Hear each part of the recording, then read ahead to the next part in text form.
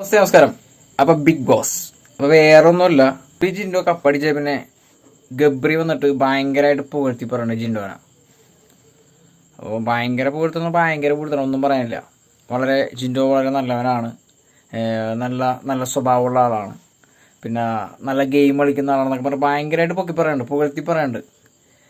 അതിനു മുമ്പ് ഈ പറയുന്ന ജിൻഡോന ഈ ജാസ്മിനും ഈ ഗബ്രിയും കൂടി ഒരുമിച്ച് ആക്രമിച്ചൊരു സീൻ കാണാം നമുക്ക്. ആ സീൻ കണ്ടുകഴിഞ്ഞാൽ ഇവന് ഇപ്പം പറഞ്ഞതൊക്കെ ഭയങ്കര തള്ളാണ്, ഒടുക്കത്തഭിനയമാണ്. ഈ വീഡിയോ കാണാൻ പറയാം അവരത് മത്സരത്തിന് നമ്മൾ ക്രിയേറ്റ് ചെയ്താന്ന് പറയും, പക്ഷെ അത് ശരിക്കും ജീവിച്ചതാണ്. ആ റൂമിൽ ഒരുമിച്ച് ജീവിച്ചപ്പോൾ ഇവരുടെ ഭാഗത്തുനിന്നുണ്ടായ ഒത്തിരി വളരെ ബോറായിട്ടുള്ള വളരെ മോശമായ രീതിയിലുള്ള സംഭാഷണങ്ങളും പച്ചക്ക് തെറിയാണ് വിളിച്ചാണ്, പച്ചക്ക് തെറി.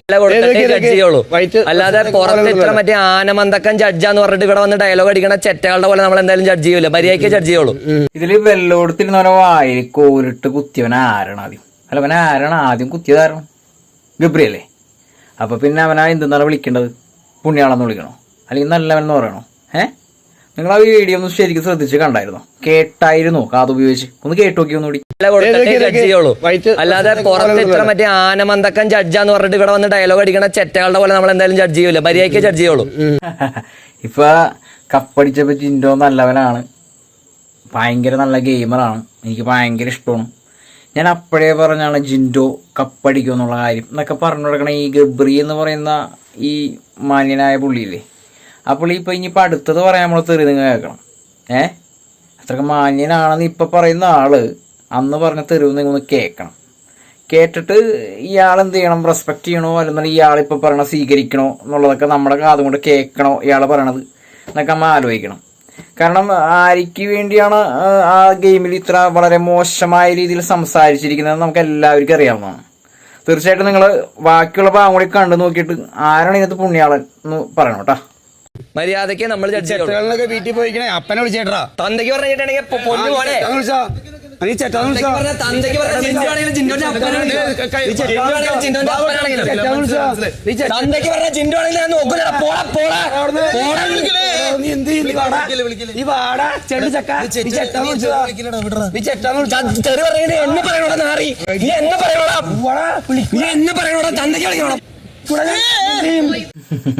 പച്ചക്ക് തെറിയാന്ന് വിളിച്ചു. പച്ചക്ക് തെറി എന്ന് പറഞ്ഞിട്ടുണ്ടെങ്കിൽ മറ്റേ നാവൊട്ടി വിളിച്ചൊന്നും കുഴപ്പമില്ല.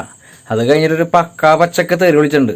അത് കേട്ട് കഴിഞ്ഞപ്പോൾ നമ്മുടെ ബിഗ് ബോസിന്റെ കാത് തെറിച്ചു പോയി. അതുകൊണ്ട് അത് മാത്രം അവർ ഇട്ടില്ല, ബാക്കി എല്ലാ തെറി ഇട്ടിട്ടുണ്ട്. അതെങ്ങനെ കേട്ടിരുന്നെങ്കിൽ ഇപ്പൊ ഈ പറയണതൊക്കെ നമ്മൾ സ്വീകരിക്കൂലായിരുന്നു. അവിടെ ബിഗ് ബോസ് എന്തായാലും അതോടുകൂടി ആ തെറി ഇട്ടപ്പോൾ തന്നെ ആള് മരിച്ചു പോയിട്ടുണ്ടാവും, ചെവി അടിച്ചു പോയിട്ടുണ്ടാവും, ചെവിയുടെ ഡയഫ്രം അടിച്ചു പോയിട്ടുണ്ടാവും.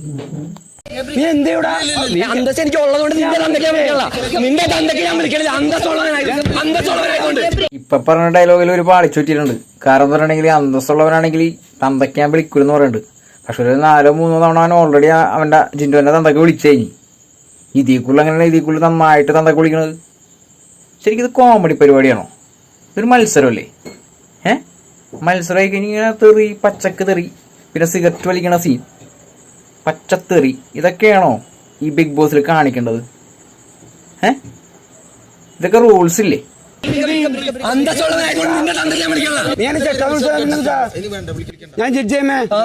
അത്രക്ക് മാന്യമായിട്ട് ഗെയിം കളിക്കുന്ന ജിൻഡോനോട് കയറി ചൊറിയേണ്ട വല്ല കാര്യമുണ്ടോ? എന്റെ പൊന്ന് ഗബ്രി, എന്ത് കാര്യമുണ്ട്? വെറുതെ ഇരിക്കുന്നില്ല മനുഷ്യനോടാ. അയാളെ വായിലിട്ട് മറ്റേ കോലിട്ട് കുത്തി ഉള്ള തെറി പറഞ്ഞ് അവസാനം പ്രമോക്ക് ചെയ്തിട്ട് അയാളെ കൊണ്ട് തിരിച്ച് ചീത്ത വിളിപ്പിക്കുന്ന ഒരു ഗതിയുടെ വരുത്തിയതാണ്. പക്ഷെ അത് ഗബ്രി വിളിച്ചത്ര തെറി അയാൾ വിളിച്ചിട്ടില്ല, മനസ്സിലായ?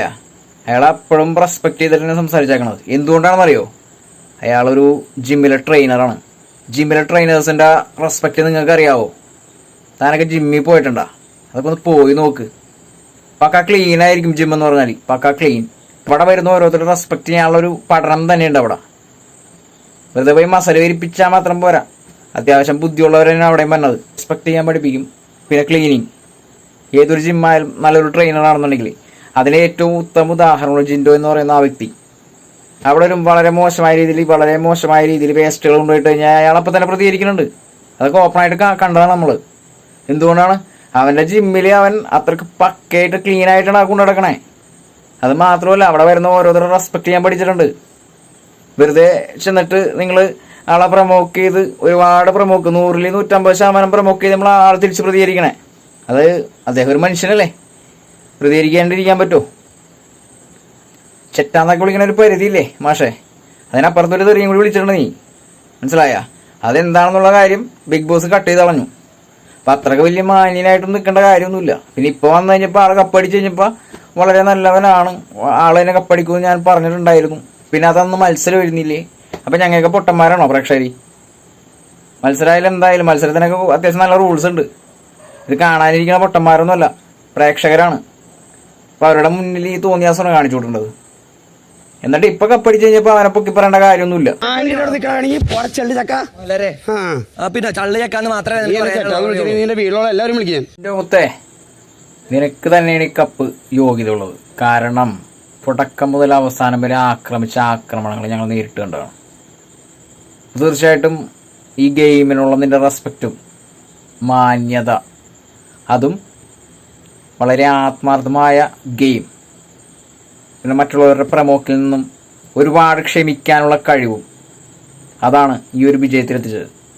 തീർച്ചയായിട്ടും നിനക്കൊരു ബിഗ് സല്യൂട്ട്.